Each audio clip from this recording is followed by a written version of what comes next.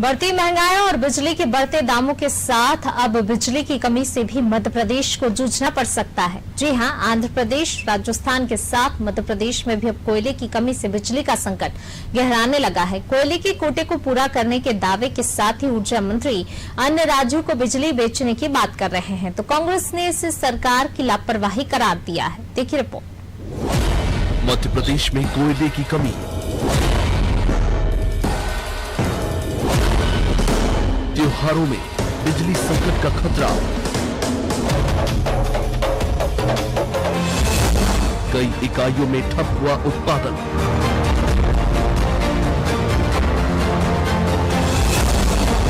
मध्य प्रदेश में कोयले की कमी से इन दिनों बिजली का संकट गहराता नजर आ रहा है। प्रतिदिन बिजली की खपत के अनुसार मध्य प्रदेश में 70,000 मीट्रिक टन कोयले की आवश्यकता है, जबकि मध्य प्रदेश में हर दिन 24,000 मीट्रिक टन कोयले की आपूर्ति हो रही है। ऐसे में कोयले की कमी और बिजली संकट की संभावनाओं पर राजनीति भी खूब देखने को मिल रही है। सत्ता पक्ष हो या फिर विपक्ष, दोनों ही एक दूसरे पर जमकर निशाना साध रहे हैं।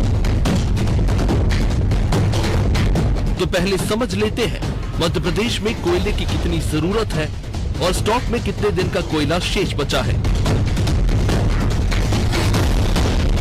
थर्मल पावर प्लांट पर कोयले की कमी को लेकर प्रदेश के ऊर्जा मंत्री प्रद्युम्न सिंह तोमर ने यह माना है कि मध्य प्रदेश में कोयले का संकट है। एमपी में सिर्फ 3 से 4 दिन का ही कोयला शेष है। केंद्र सरकार लगातार कोयले के रैक भेज रहा है। एडवांस पैसा देकर कोयला मंगवाया जा रहा है। 8 लाख मीट्रिक टन कोयले का ऑर्डर दिया जा चुका है। जल्द कोयले की समस्या को खत्म किया जाएगा। रबी और त्योहारों के सीजन में बिजली के संकट नहीं होने देंगे। प्रद्युम्न सिंह ने कहा कि मध्य प्रदेश में बिजली सरप्लस में है, हम दूसरे राज्यों को बिजली बेच रहे हैं।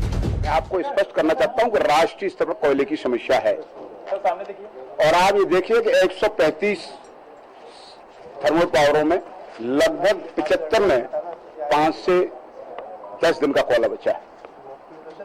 हमारे मध्य प्रदेश में भी उसी जो देश में स्थिति मध्य प्रदेश में है, पर मध्य प्रदेश में हम काफी बेहतर अच्छी स्थिति में है। देखो, मेरा ये कहना है कि मेंटेनेंस के लिए अगर बिजली की कमी हो, आप लोग देख सकते हैं अब ट्रिपिंग हो गई, एक्सीडेंटल घटना घट गई, इसके लिए तो आप बिजली थोड़ी रुकेगी यार, इसमें बिजली कटौती नहीं करेंगे। निश्चित रूप से कोयले की कमी है, ये राष्ट्रीय स्तर पर है, पर हमने कहा कि अन्य प्रदेशों की अपेक्षा मध्य प्रदेश बेहतर है। अरे हमने 8 लाख मीट्रिक टन कोयला खरीदने का टेंडर किया है। तो वहीं पूर्व ऊर्जा मंत्री प्रियव्रत सिंह ने सरकार पर बड़ा हमला बोला है। प्रियव्रत सिंह का कहना है कि आज जो हालात बने हैं उसके लिए राज्य सरकार और ऊर्जा मंत्री जिम्मेदार हैं। अगर समय पर सब्सिडी का भुगतान कर देते तो ये समस्या नहीं होती। मेंटेनेंस नहीं होने के कारण पावर प्लांट की कई यूनिट बंद हुई है।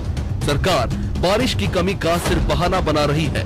विपक्ष का काम है सरकार से सवाल पूछना और वही धर्म कांग्रेस निभा रही है। कमलनाथ सरकार में प्रद्युम्न सिंह तोमर भी मंत्री थे।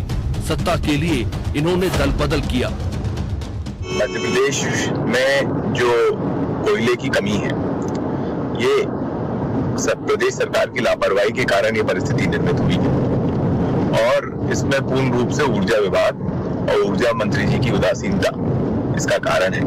अगर समय पे बजट में सब्सिडी का भुगतान सरकार कर देती तो इस तरीके की परिस्थिति मध्य प्रदेश में उत्पन्न नहीं हुई। तो ये सब उदासीन रवैया जो मध्य प्रदेश सरकार का और खासकर ऊर्जा विभाग का है।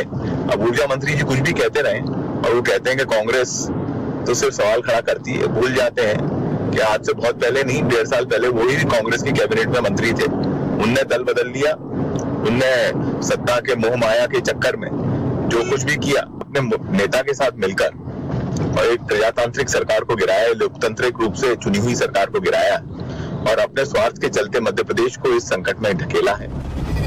सरकार के दावों की असलियत का अंदाजा तो इसी बात से लगाया जा सकता है कि मध्य प्रदेश के थर्मल पावर प्लांट पर 3 से 4 दिन का कोयला शेष बचा है।